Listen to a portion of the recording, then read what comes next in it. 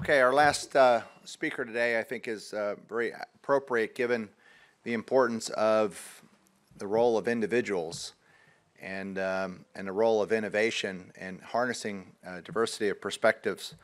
We're joined today by Michael Barber. Michael joined GE in 1981. He retired in January of 2022 as a Chief Diversity Officer. Prior to that, he was president and CEO of GE's molecular imaging and computed tomography business, and he was the first leader at GE for the strategy on global health and that they call it healthy imagination. And GE has been such an important partner for us here at Stanford, and it's really terrific, Michael, to have you here. Join us. Please welcome Michael.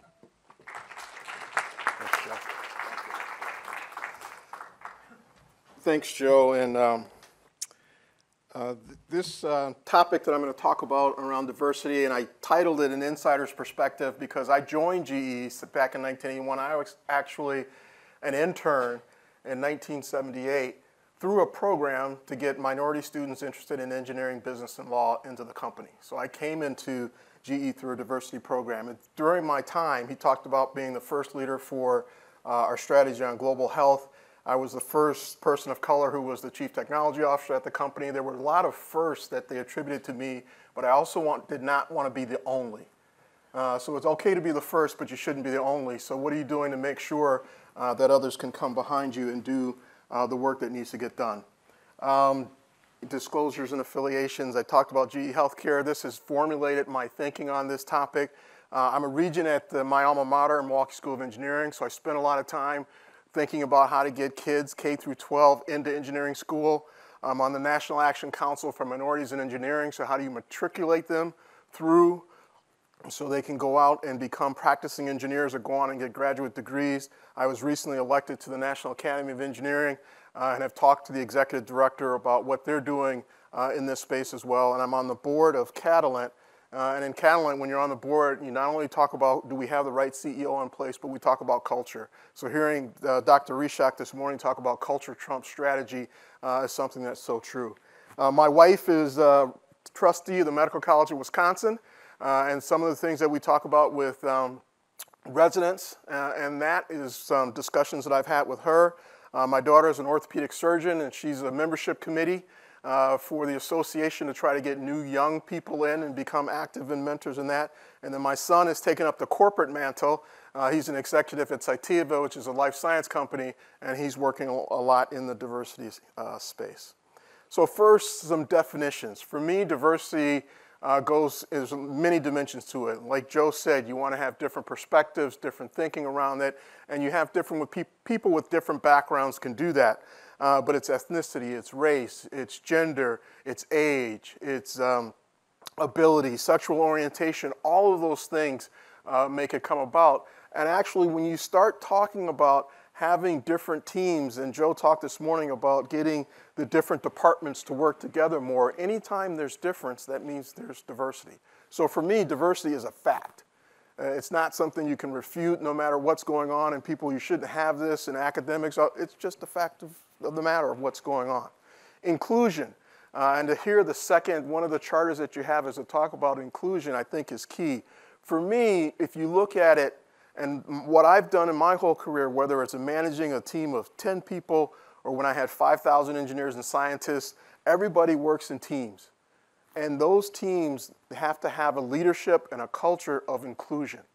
If you look at the attributes of a high-performing team, people that feel respected, people that know that their ideas matter, people that are working towards a common goal, those teams are led by and large by inclusive leaders. That's why there's been studies, there's been work that have been done that says companies, corporations that are more diverse or more inclusive actually have better financial returns. And that's because they have high-performing teams.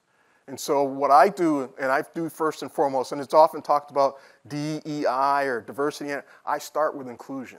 Do you have a culture? Do you have leaders who really think about what does it mean to have an inclusive workplace and you can bring everybody together? And now if you have that team and that inclusive culture, how do you treat the individuals? Equity is about understanding that each individual is different, and how can you get the most out of them is going to be different than getting the most out of someone else. and really recognizing that. So diversity sort of is this group, it's a fact. Inclusion is about how do you treat the teams. Equity is how do you get the most out of each individual on your team. And this is something I've talked about with different people. I didn't come up with this phrase. I can't remember who came up with it. I heard it first. I've heard it in a lot of different contexts. If you don't intentionally, deliberately, and proactively include people, then you're going to exclude them. One of the things that I did when I had a team and we weren't working well together globally, I had my staff come together and I talked to our internal IDEO team, design thinking. How can you really get the most out of everybody, getting everybody in the room, getting the finance person when you're doing a product development in the room, how can they help contribute to what has to go on? And he suggested that we go down to Second City in Chicago. We were based in southeastern Wisconsin, and he said, teach your team how to do improv. So I said, what are you talking about? Go down and do that. We went and did that. When you do improv, you have to build on everybody's idea. It's yes and. And so it was something you get a bunch of engineers and scientists to now get into meetings and talking about yes and doing this and improvising, but it built up ideas. And then how do you bring everybody into the discussion? So something that's critically important. Why does this matter in medicine? These are some headlines from some periodicals that are very recent, and looking at what does it mean? How is the state of healthcare these days? The National Academy of Medicine is doing, and we'll talk a little bit more about what's going on there, but they talked about trust and health literacy of the individuals and what does that mean and how is that impacting health equities. They started some of that because the publication from Scientific American from a few years ago, when a lot of the reckoning that was going on with George Floyd, one of the things that came out, and it wasn't new, is kidney disease. The outcomes for kidney disease for African Americans is much worse. And one of the reasons they theorized behind that was that when you go in, and if I got my blood taken and they're looking at creatinine and looking at different things, there's a factor for the EGFR for African Americans, or there was. It's been eliminated for EGFR because African Americans have more muscle mass. That was the rationale behind it from, I don't know when it was initially put in. That's not the case. I don't have more muscle mass than a lot of people that might go in and are athletes and others that go into that, but my EGFR had a 20% derating. So I had to have actually worse kidney disease before I could get certain treatments that would be available. That's not necessary. Looking at maternal infant care, and that time I was doing healthcare strategy work, we were going out and talking to the UN, and we talked to them about global health, that they had the Millennial Development Goals. One of them was for maternal and newborn life expectancy in low and middle income countries. So we did a lot of work to try to improve that, and we did some things in terms of ultrasound, baby warmers, incubators to help improve that, and we did that. Little did I know that in the US, you can see the worst results that are happening for women in 2014 versus 2087 for maternal death rate. And for African American and Hispanic women, that's as bad as it is in some low and middle income countries. And then today, what's going on, unfortunately, when you start talking about some of the legislature and the political process that's getting between patients and doctors. And even though in Florida they did a law that gender-affirming changes couldn't be done for children, the way the law was written and the penalties that were putting in place, some of the hospital systems there are advising their doctors to not even do it for adults because of what can happen. And that just shouldn't be. And again, when you look at who's making these decisions, who's making the laws, it's not a diverse team doing it. It's not an inclusive team trying to do it. But this is what happens when you do that. And then there was a study that was recently done that said, if you look across all the counties in the US, there's 3,500 of them, 3,700, about half of them don't have any black people in the population. But those that do, when there's a black physician there, the health outcomes and the life expectancy is increased. And it's not because those people go to that doctor, it's because that person advocates for these things going on and what's going on in the community, taking healthcare out to them, the social determinants of health. And so that's why this is just such an important topic. So how do we change the trajectory on a lot of these things? This is from the National Academy of Medicine. It's about individuals, it's about the work systems, it's about STEM, and adding the medicine onto the traditional science, technology, engineering, and math, but they looked at clinical trials, residency, research, and careers. In clinical trials, these are the things that they said, is don't just look at what the clinical trial is trying to achieve. Because of that trust factor is there, how do you score a clinical trial based on how do they go in and teach the participants of what's going to happen to get more people to participate in clinical trials? Because of what's happened in the past, it's tough to get people of color, especially African Americans, to become part of clinical trials because they will all talk about Tuskegee. They will all talk about the other things. Internment camps for Asian Americans, Japanese Americans, those things are going out. So start promoting and grading those trials on what they do for recruitment. In addition to, is the trial going to give you new information? Shifting the trials to the diseases that disproportionately affect those minority populations. And then understand that being inclusive doesn't mean you're going to get a different result. You can get the exact same result, but you will build in that trust factor because they will see that their population has been part of it. Surgical residency, this is something my daughter talked to me about. JAMA recently did some work in a study that looked at out-of-residency programs. What's the relative chance that a woman or a person of color is going to complete the residency program? And they looked at it and they factored out, they know it's training and not everybody's going to make it through, but they looked at what's the unintended attrition rate, meaning they did not want that person to leave, but they chose to leave. And you can see for all these different specialties in surgery, how it is for women as compared to men, and then underrepresented minorities compared to the majority in all of these. And she's in orthopedics, which is the worst. But she's made it through residency. She's now in fellowship. But even with that, why is that happening? And so they're looking at what needs to go on during these residency programs so you don't have this unattended attrition. So people go through their training in medical school and all the like, but they don't finish residency. Looking at research. This is data. So eLife is a forum, a consortium between Wellcome Trust from the UK, Max Planck in Germany, and then the Howard Hughes Medical Institute here in the US, and they did some analysis looking at research funding from NSF, from the National Science Foundation, over the last 20 years. And looking at each year, how many proposals that have been submitted, what's the percentage that are approved, and then looking at it by ethnicity. How many studies where the principal investigator is white versus African American versus Hispanic versus Asian. And then the smaller lines are some of the rule of small numbers. There's not many Native Americans or Pacific Islanders, so it jumps around all over. But you can see over that time a disproportionate number of approvals for white PIs versus the others.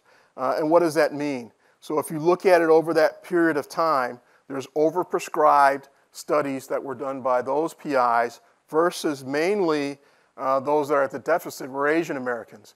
There's been some work, again, looking at it for underrepresented minorities, and in medicine or in science, Asians are often not considered underrepresented, and you can see that it has helped Hispanic and African American, but not for Asian. They went in and then looked at, because the NSF, there's different directorates that they fund. And so if you overprescribe and have more research trying to be done in a directorate which doesn't have as much funding, you get this kind of impact. Well, how is that being metered out? How is that what's the relationship that these PIs might have with senior people who are in there to help them decide which research projects to go forward with and how to get that scored? One of the things that they've also started doing is they take off, when they go out for external review, the ethnicity, the name of the researcher. When they've done that, they've seen that the scores have gotten higher for them. So there's other things that they're trying to do to get through that. You look at careers. This is an analysis that's been done for many years in corporate America to look at people's careers. And two things are on here. Functional expertise, personal attributes, really that's all about the individual. Process and change, and do they have the opportunity to drive change and business mastery, that's where the organizations can help. How do you get access to sponsorship and development of individuals to help really make sure everybody understands what it takes to succeed in the organization. How do you have those opportunities for everybody to reach their full potential? I had the opportunity to work on different task forces, do different things, to be able to show that I had that ability to drive change, to make things better. And in the space of medicine and science, what is it that's being done? Again, clinical expertise, personal attributes, the individual has to do that, has to really understand that. But research expertise and leadership acumen, do they have the opportunities, the access to the collaborators, access to funding, access to sponsors to help them become part of the research that should be there? Do they get invited to do lectures? So how is it that we can change the game to make sure young faculty who are diverse can get those same opportunities that happen for others? Again, because if you do not intentionally and deliberately and proactively include, you will exclude. A couple quick examples of what's been done. At GE, this was a page that I put together. I says I retired. I retired from my job as the molecular imaging leader, and then I was asked to postpone that retirement to become the Chief Diversity Officer by the chairman of the company at the time, Larry Culp. And Larry and I went through and created this for him to go out and talk about why is GE focusing and taking diversity, equity, and inclusion from a HR activity to make it a business imperative. And so this is a page that we put together, and it really came down to the people. And how is it that you have the stories around people who are making a difference in the company and why it was important for us and how it gave us a competitive advantage, because it has to matter. And the matter for business is how do you be competitive and how do you create more value for your shareholders. The other example, again, I talked about being part of the National Academy of Engineering and talking to the executive director, and he gave me these two charts. And he says this was the first class, and this was the class for the first probably 25 to 30 years of the National Academy of Engineering. A lot of white guys in suits, and the way that you get in is somebody who's already in the academy has to nominate you, and then based on your body of work, the other people who are in the academy select you. And so they were selecting friends, peers, others that they would do. About 5 years ago, that changed a bit. They said, look, do you, meaning the membership in the different sections, do you know people who are women, people of color, people that have different sexual orientation, that you're colleagues of yours? Why aren't you nominating them? They didn't change the criteria of what it took to become. You still had to be nominated and you had to be selected. But just putting that out there and intentionally asking their membership to nominate more diverse people the last couple of years, this is how the class has looked.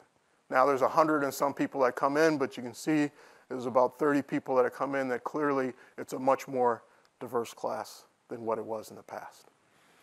So thanks for that. I think it is multifaceted there. I think there's one other thing from the academy is just the dearth of underrepresented minorities that go on to get advanced degrees. And that's something that some of the universities are changing, really trying to partner up with HBCUs to get a pipeline, but I think that's a big piece of it. So is there that pool that's there, and how do you help that pool matriculate through is so important. And then the accountability is that really when you look at any corporation, any academic center, this audience, very diverse, but when you start looking at who's in the leadership positions, that's when it becomes not as diverse. And so it takes people that are in power to really take those intentional steps to nurture, to find, to sponsor. Who are you willing to put your name on the line? I saw in the last talk there was reference to some of the women that were part of it. It's great to see that where a PI recognizes those others, and that'll help elevate them. But that's what's key. As someone who's fairly new to the state of California, certainly new here to Stanford, Mike reminded me we were interacted in North Carolina. And we were fortunate to have a number of HBCUs in North Carolina that became an integral part of the research ecosystem and the proposal efforts. As you know, there are no HBCUs in the state of California. There's one in the Southern California, a small school. But the minority serving institutions here are far more limited. and the opportunities and responsibilities that we have here at Stanford at trying to build those bridges, I think is increasingly important for us, and would encourage us all to be thinking about new mechanisms of driving that, because it's something we all have an obligation to drive. Any other questions for Mike? Thank you so much for diversifying the word. I feel that the diversifying should be also combined with critical thinking. And when I look at everywhere, I see that all the companies and in all picture people have a woman with hijab, Islamic woman. And I myself wondering that if a person who still believe that God who created billions of galaxies, sitting and thinking about the hair of a woman and covering, how that person can think critically. Because this is just basic stuff. If the person don't think critically about that question and put every day the hijab, and don't think that which kind of God, so many galaxies and thinking about her hair, how can she think about like essential stuff? And isn't it diversity have gone too far that just having someone with hijab in many places without not competence just show to the picture that there is a diversity there? Yeah, I can understand what you're saying in terms of how people might, try to paint a picture and show that. For us at GE, as being a very global company, that was something that we had to understand, because you have to respect the laws and the norms and of all the cultures that you operate in. And in some Middle East cultures, the women are always wearing a hijab. We had a field service of organization in the Middle East of all women. That was something that had never been seen before, because they were capable and competent and can serve our customers better. That was the thing that was most important to what was being done versus how they were dressed. They just happened to be in a culture where wearing a hijab was expected, and that's what they did. And so understanding that is important. Yes, absolutely. Critical, for me, diversity, inclusion is, again, it's all about leadership. And that critical thinking is going to get them into a leadership position. And so having more women of any background in leadership positions is important, and you should be looking at that. If you look at the general population, you look at your customer population, you look at the patient population, half will be women.